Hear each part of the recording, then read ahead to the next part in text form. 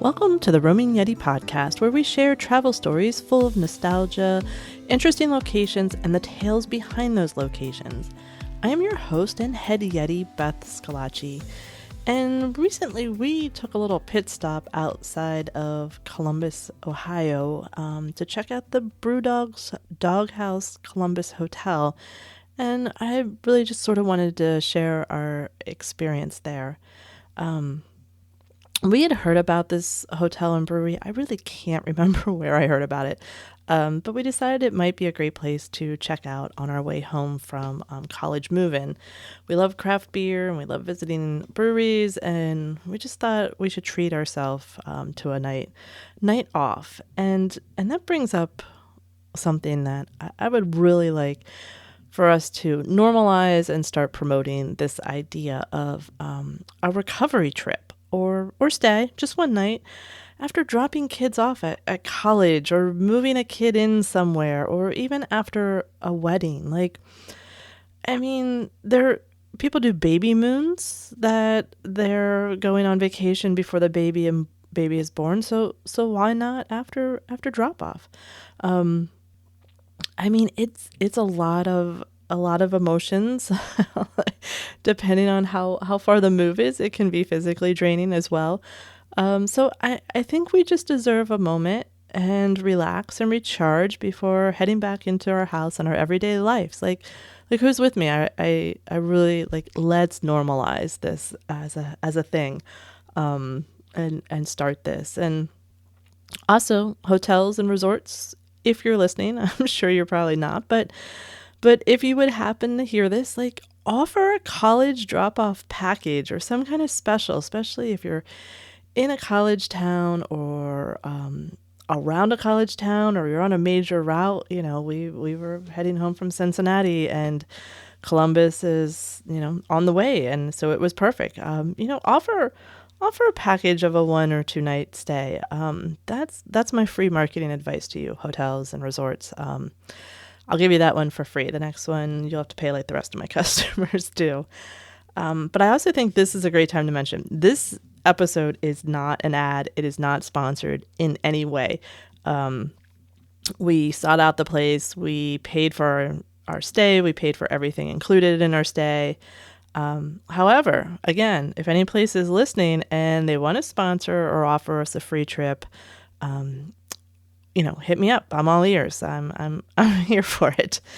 But let me get back now to why I think the DogHouse is a great choice for you to stop by and stay, and especially if you're beer drinkers.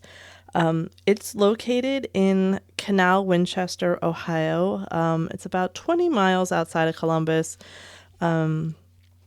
And our initial plan was to go into Columbus, check a few things out, we didn't do a lot of research ahead of time. That becomes obvious here very soon, and get some lunch. And we drove around Columbus a lot, but we just couldn't decide. We couldn't decide on a place to stop. Like I said, I didn't do enough research ahead of time. We were exhausted. And we just decided maybe we should be closer to BrewDog to start this adventure. So I got out Google Maps, as I like to do when I'm in an area, and see what was around. And we found an area. So DogHouse is in Canal, Winchester. But we found a little downtown area that had some good looking restaurants. So we decided to head there before heading over to BrewDog. And we ended up stopping at Homestead Tap Room and Kitchen, which was really a good find. It was very laid back. It had great service, good beer, good food menu. The vibe was very nice. They had pinball tables and couches, and then high top tables near the bar, great outdoor seating. Just a place that you could stop in and eat, a place you could hang out, play games. It was really a neat place. And then after lunch, we walked around a bit, and we actually walked by another brewery called Loose Rail, but it wasn't going to open until 4, and we weren't going to wait around. We decided we wanted to head off to BrewDog and start that stay. But looking at Google Maps, there's some other breweries in that area. So, if you want, definitely grab an Uber from BrewDog. You can make that your central spot. You can hit several up, but I have a feeling if you're only staying one night at BrewDog, you're gonna find enough things to keep you busy for sure. So when we pulled up, I had seen pictures and, so I sort of knew what to expect, but this place is really, now when I say beautiful, it's not like, flying into a Caribbean resort beach beautiful. It's sort of hard to explain the aesthetic and describe it to you, but it had this very cool, industrial, but not it was industrial, but like it had sort of a soft side, if that makes any sense at all. It was just this combination of industrial architecture and beautifully painted, cool, bright colored murals, neon lights. And then there was like a little mid-century modern furniture vibe thrown in. I don't know. It was very cool. All the spaces were very inviting and welcoming and just sort of like come sit and just chill out and relax. When I go to when I go to a brewery, that's sort of the vibe I want. I just want to hang out and relax and talk and have a good time. So it felt just super welcoming and relaxing. Again, I know that really sounds strange, and I wish I had better interior design knowledge to be able to explain to you what I saw. But it was very cool, and just that first impression was great. A few details just about the facilities. The total facility is a lot bigger than I was expected. It's spread out over 42 acres of land. There's 32 beer-themed rooms, and each room was named after one of their beers, and they're considered the world's first hotel inside a craft brewery. So it was you had to check it out when you're marketed that way. They have a tap room, which you don't have to be a guest there to go. Anyone can visit most of the facility other than the rooms, really. And there's a lot of outdoor seating, games like Jenga, cornhole. They even had a mobile axe throwing place while we were there, which we skipped.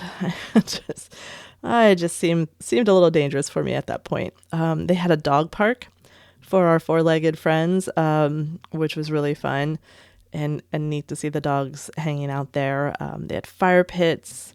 They had an arcade inside with pinball and shuffleboard. They even have like this museum exhibit that you can walk through. Has the history of craft beer and the history of BrewDog. And just like a lot more than I was expecting. Like I said, you can easily keep busy during the day. Their brewing facility produces their headliner range of beers, also some limited edition, and then their sour beer brewery, which is called Overworks. And like any good brewery, they had a store with merch to buy and beer. And it was just, it was really cool. They also have events regularly at the tap room. As I mentioned, they had the mobile axe throwing while we were there. I know in the museum area, they sometimes do beer classes. They also had a sign up that with some of the upcoming events, they had movies on the lawn and even drag bingo. So, it's just a real nice mix that you can be locals that are there from time to time or whenever there's events for you. And then, as you come in and visiting, it was just a really, really cool that they didn't cater to one or the other. It was sort of just a nice mix. I do want to go over a few more details and sort of give you the breakdown of different room options. There is a king room with one king size bed, and that looks over into the Overworks, the sour brewing area.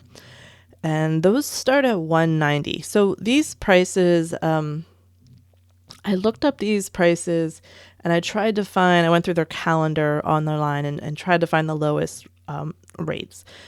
So it really is dependent on time of year, time of week, whatever. But these are starting prices. You're probably going to end up paying more unless you're sort of just on a random Wednesday in an off season.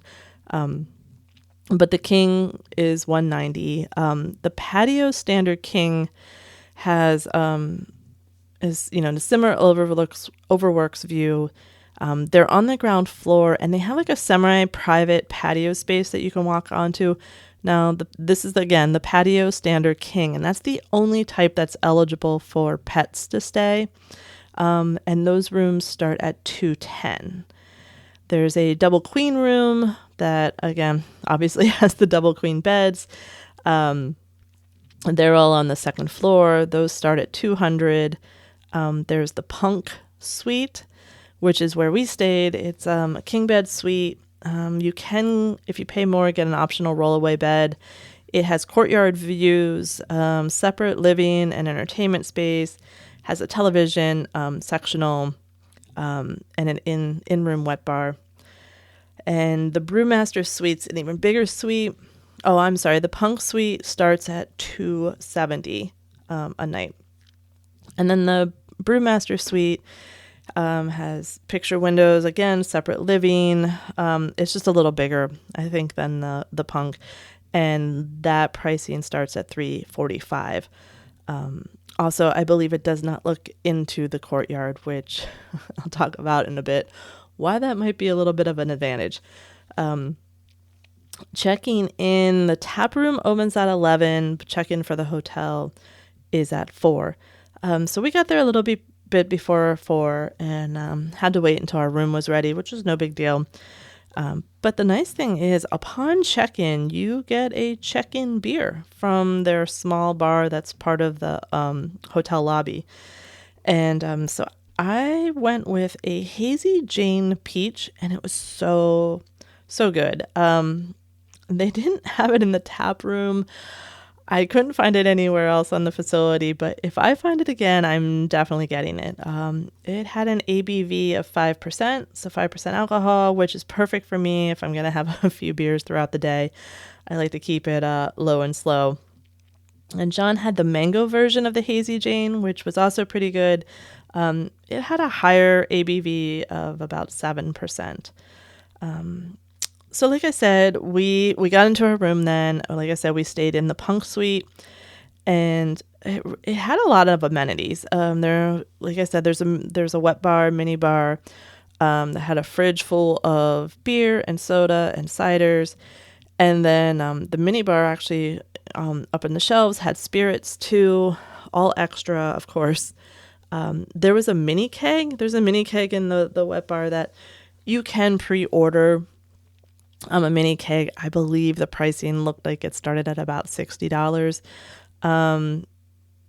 We didn't do that because we wanted to check out other areas. There's a coffee maker. There was 2 televisions, one for the bedrooms, one for the bedroom side, one for sort of the living side. There was a guitar on the wall that you could take down and play. There were games, a puzzle. There were some snacks for additional fees. There was even a record collection and turntable, which was pretty cool. Wi-Fi was included and actually worked really well. We had a king-size bed. There were actually robes, too, in the closet that you could purchase. A waterfall shower for those who like to, look at the bathroom and decide if it's spa-like. But it was nice. It was. I'm not usually a huge fan of the waterfall shower because there's often not a lot pressure to get shampoo out of my hair, but it worked really well. I was a fan. They had great toiletries, great shampoo and stuff made with their beer by I believe by a local company. But the thing that everyone posts about on social media and is very cool is they have a beer fridge in the bathroom. They call it the shower fridge. And then there's actually a can holder within the shower for said shower beer. we did not, I did not partake in the shower beer because we were showering in the morning before we were heading home and didn't really think that was the time to partake. But um, it's fun, it's cool, and it's definitely one of those things that, if you're showering at night or you're staying the next day, have at it. Like, go for that. And beers aren't bad. I think the canned beers in the room were $5, so it wasn't terrible at all. Another cool thing about the bathroom was there was a sign that said if you hung your towels up and used them more than one day, of course this is on a multi night visit, you could get a token for a free beer. So I mean, that sounds like a pretty good incentive to me to use your use your towels more than once.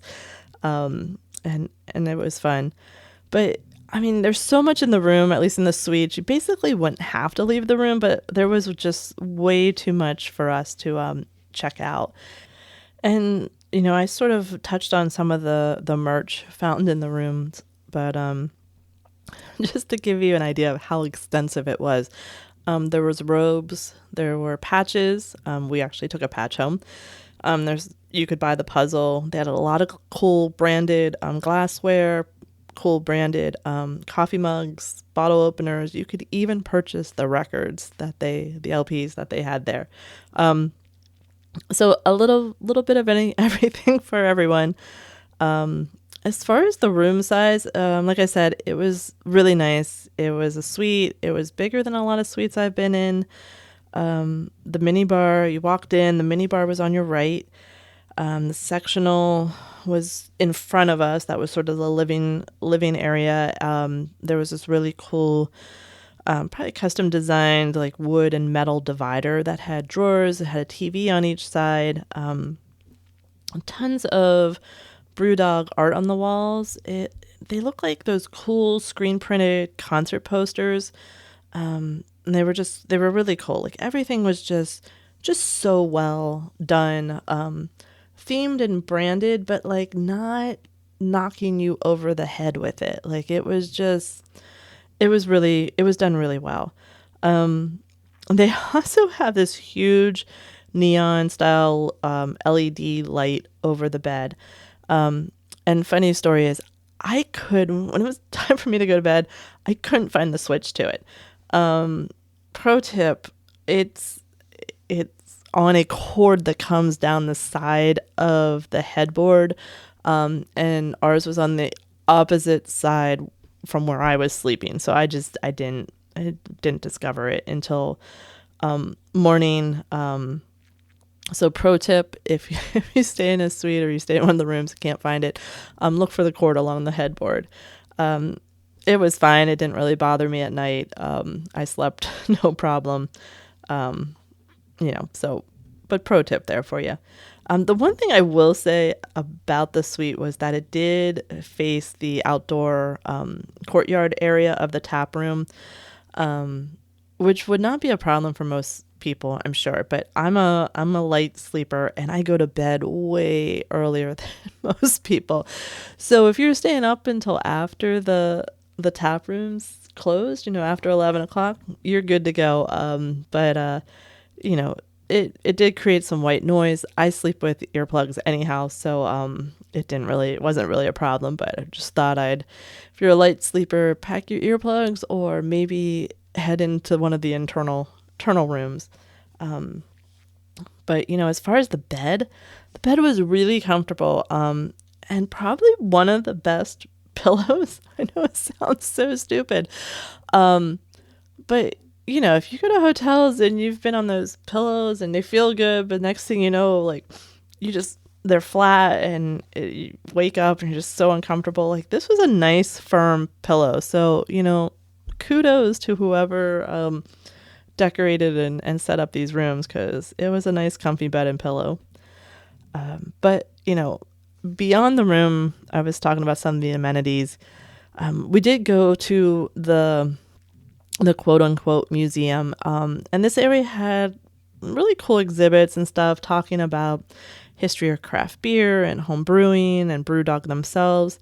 and it was just neat to walk through and see things and but we had to laugh. There was one sign that called Sierra Nevada Pale Ale the gateway beer to craft brewing.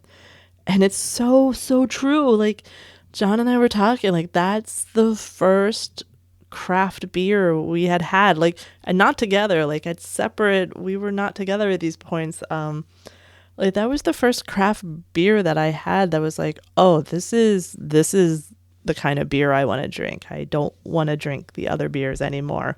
So I thought it was really cool that BrewDog sort of gave that that hat tip to Sierra Nevada for having it, for being the gateway beer. After we got done in the museum, we went to the tap room because it was time for some food and, of course, some more beer. Their menu is pretty much what you would expect to find at a brewery tap room. Burgers, wings, pizzas, appetizers. They had some entrees, but I mean, good solid menu, something for everyone. Everything we saw go by looked really good, and that place was packed. I mean, it was a Friday evening, but the restaurant was packed, and it was a lot of locals. So people like the food. We went with a giant beer pretzel with cured meats and with the cured meats and cheese edition. The pretzel, I gotta say, was so much better than a lot of brewery pretzels, or even a lot of restaurant pretzels. A lot of times you get those pretzels out and they're really, really dense. And it just, I don't know, it's just, they're too chewy and they're just not good. This was so light and airy. It was just a really solid pretzel. And the cured meat and the cheese, it was 4 slices of salami and 4 slices of like wedges of cheddar, which were really, really good too. And when it came out, and it didn't look like a ton of food, but it filled us up. But don't worry, not too much. We did not skip dessert. We would not let you down. We had the Oreo and cookie ice cream cake, which was really, really good too. And as for beer, like I said, I like to stay low and slow. So I was drinking their Lightspeed Session IPA. I think it was like a 4 or 5%er. So it was good. It was a nice evening. We were told too when we checked in that to make sure to come back into the hotel lobby sometime between 7 and 9 for a stout and cookie. And I'm glad we did not. I knew we had just had dessert, but we did not skip it, and I'm so glad we didn't. The stout was their Jet Black Heart Oatmeal Stout, and it was very good. Really good, really smooth. And for 7% stout, that's teetering on your imperial stout, by 1.5%. But it was really smooth for 7%. And the chocolate chip cookie they gave was just the perfect complement to that beer, and really the perfect way to end the evening. Also, it was when we went inside from the courtyard area and from the restaurant area into the lobby, it was so much more quiet than the tap room and stuff. So if you're there and you're looking to get away from the crowds and you just want a little more quiet time, definitely go over to the lobby. They had a ping pong table there. There's board games. It's just a really nice, quieter place to hang out. And something that I wanted to, also share about BrewDog in general is their commitment to the planet and the climate. As I said before, they had the incentive of free beer if you reuse your towels. But they also are a Positive Planet certified carbon negative company. Whew, that's a mouthful. But they just aren't talking about their impact. They're actually doing something about it. And their goal is to, I love this, is to make Earth great again. And it was nice to learn about how they plan to achieve that.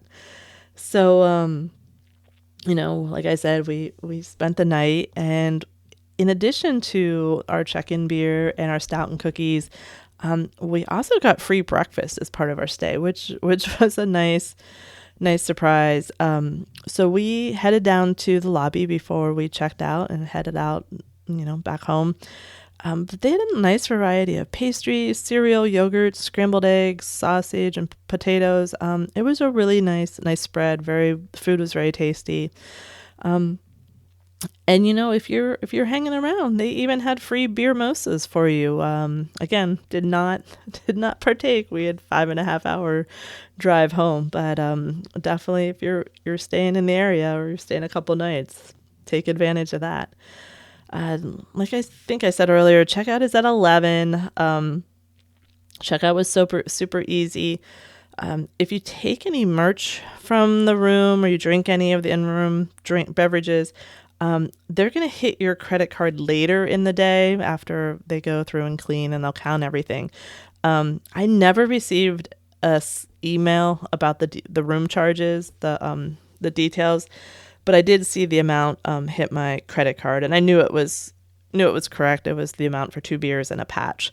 And so just keep a heads up that you may not get an email, but they said if there's any issues, call them, they'll fix it right away. So they were super easy, super nice, great place. But like I said, it was a really fun visit. I definitely go back and recommend it to craft beer, cider. Like, again, there was just a drink for everyone. It's not just beer drinkers. I think one night was perfect for us and what we were trying to do. But, if you're going to be in Columbus for multiple nights, it makes sense to stay there for a couple nights. I don't know that I would spend the money on the suite again, as we didn't spend, as much time in there. But I'm really glad we did to check it out, let you guys know what it looked like.